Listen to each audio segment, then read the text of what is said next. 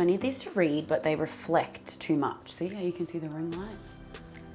Ooh.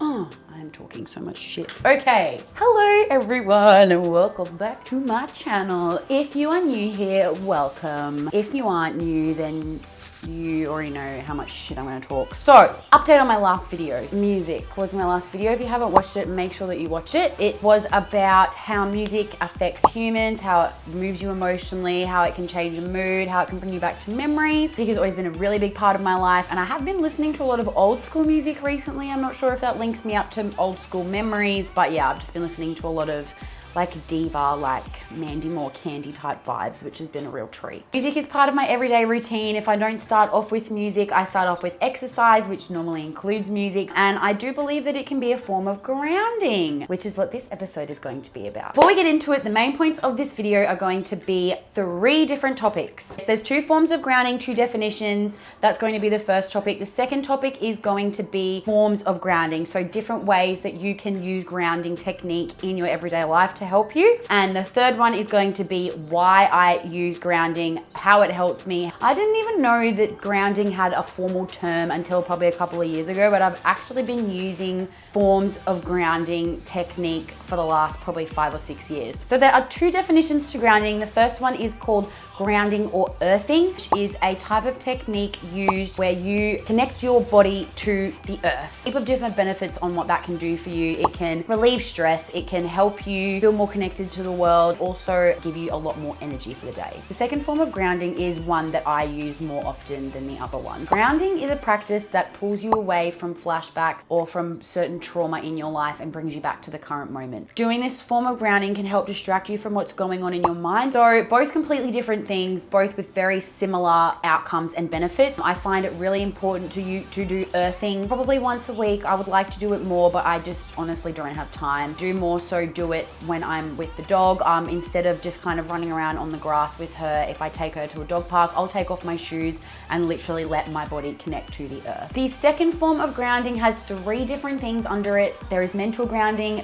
physical grounding, and soothing grounding. A couple of examples of mental grounding can be describing your environment in detail, brings you out of your own head, gets you to focus on what's currently going on, or I'll use categories. So I'll name a few TV shows, or I'll go on to, different foods. Physical grounding is using your body. So whether or not that is touching objects around you and feeling them, feeling how they feel in your hands, or clenching your fists back and forth. And then you've got soothing grounding. Ways that I do this is that I'll listen to an inspiring song, I'll sing out the lyrics, or I'll recite the lyrics while I'm doing something else, or you can think of your favorite things. Raindrops on roses and whispers, doorbells and sleigh bells and thing with mittens. So I just wanted to go over a few things, a few examples in terms of grounding that I've used in the past. Sometimes I will literally just focus on my breath. I find that I hold my breath a lot if I'm anxious or nervous or stressed. I literally will hold my breath, and then by the time I've kind of thought to release it out, I'm holding so much tension in my body that it's such a relief to breathe it out. So yes, that is probably the first thing I would start with if you are new to grounding. If I am in a super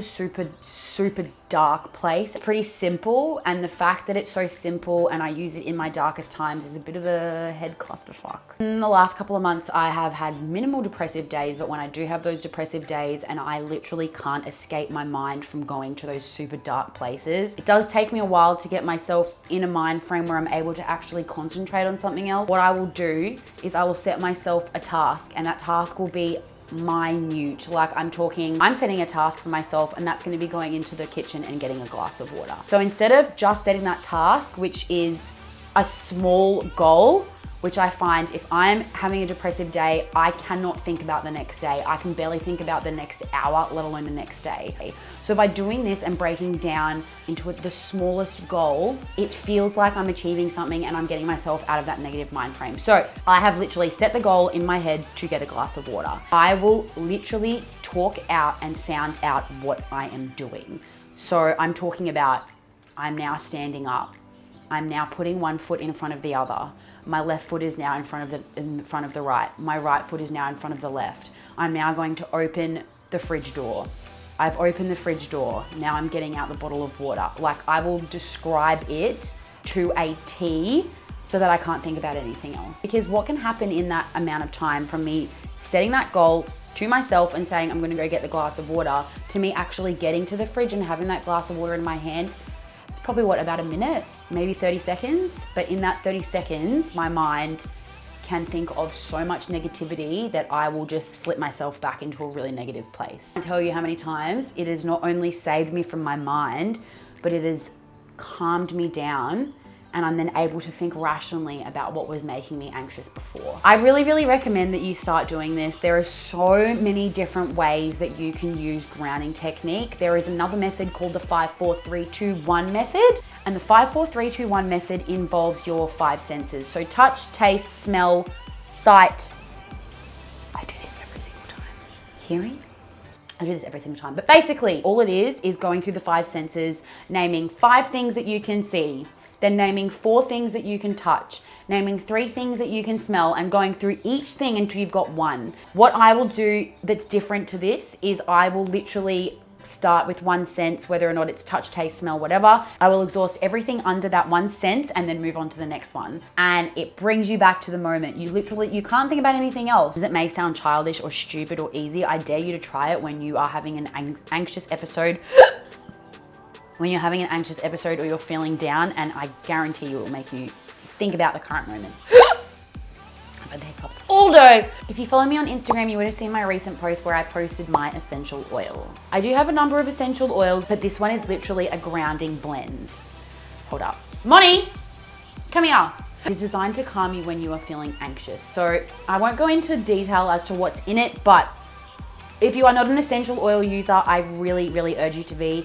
There are so many different essential oils for so many different types of things. These things only help if you use them consistently. If you are not doing any of this consistently, not using essential oils, not doing grounding consistently, you will not see the benefit. I feel like my mum. All right. A lot of boobs lately. This makes them look so good. And they're only $12 from Target. Please sponsor me. Let's run into it, shall we? Okay. Where's my phone? I think I can do this without a fan.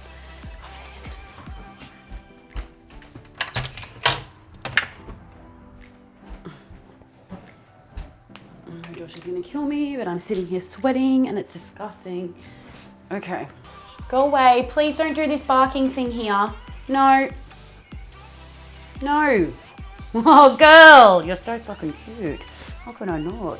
Oh, the baby. Okay, go away. It's probably the one thing that I would suggest. Oh, hello. Say hello. This is Snook. Yes, we have a cat as well. And he's boo boo boo. You say hello to the people. Oh, you say hello. Oh, hello. You say hello to the people. Go, be gone. Thank you for tuning in for another video of Tay's rambling and talking absolute nonsense. Thank you for the support so far. Make sure that you're sharing, liking, commenting, get involved. Let me know your thoughts. Challenge me if you want to. Although I don't really see the point, but you know, you can do that if you really want to. Don't forget, I'm such an idiot. Don't forget to like and subscribe down below, and I will see you next week in another video. Bye.